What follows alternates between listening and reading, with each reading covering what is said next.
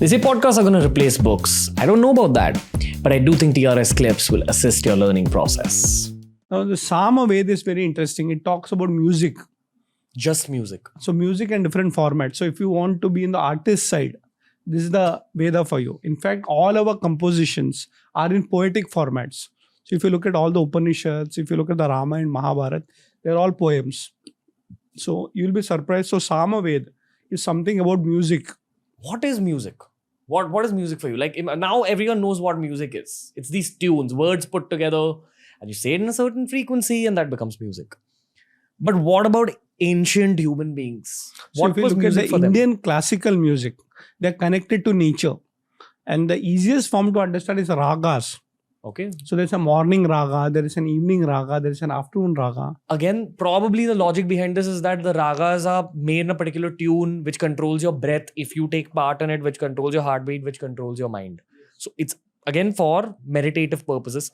A friend of mine, Arman Malik, he's a very big playback singer in Bollywood.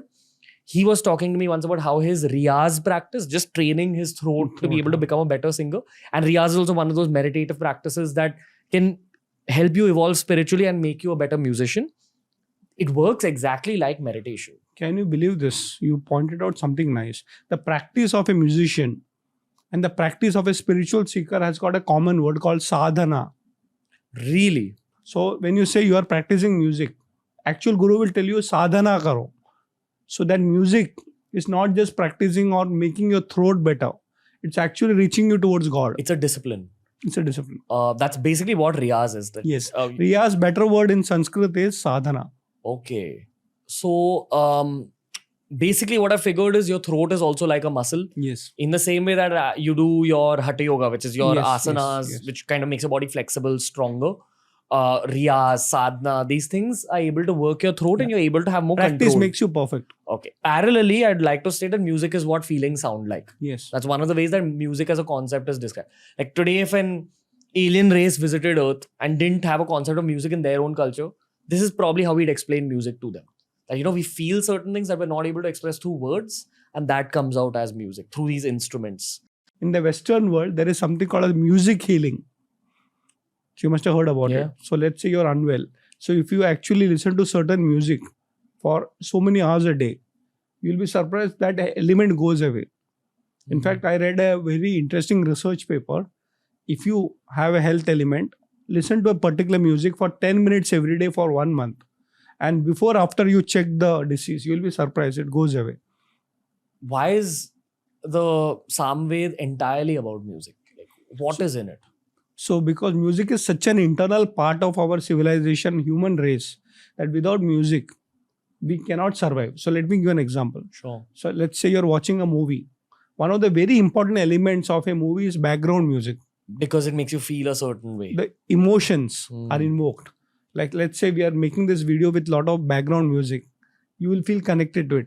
If it's very blunt and plain, you will say, okay, you lose interest. That's why actually background music is very important part of filmmaking, film editing. Or any form of creativity. Any creativity. So think about, without music, you cannot survive on this particular planet. And let me tell you, even though you're logical, Western research has proven it. We need to be emotionally intelligent. That's where bhajan comes in. So you need to have emotions and you should have intelligence also. So bhajans invoke that particular thing. That's why you have these different musical instruments, different ragas, and they invoke those particular bhav in you. Yeah. I hear you, sir, and I understand it and I've absorbed it. I still don't understand how an entire Veda can be just about music. Maybe it's because of my limited musical understanding, and I know that it's an unlimited subject. Yes.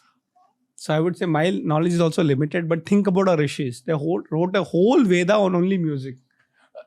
Does the Samaveda also contain some sort of bhajans, I'm assuming? So bhajans is a format that we use today in our generation. Okay. But understanding the musical notes, what we call sa re ga ma pa da ni sa, and they're different formats. So I would say do re mi. It's the Indian version of it. Yes, sir. So Westerners have a beautiful idea of getting into details. So there are different notes, different scales. So the same thing has been done in our way, but the difference is for us, music was a connection to God, not just a performance. So if music can't reach you God, then what kind of music is it? What's the point? Point. And Bharat Muni, another great rishi, who actually wrote the Natya Shastra, talks about Samaveda in detail. So maybe we can get a music expert to speak on Samaveda. Thank you for watching this clip.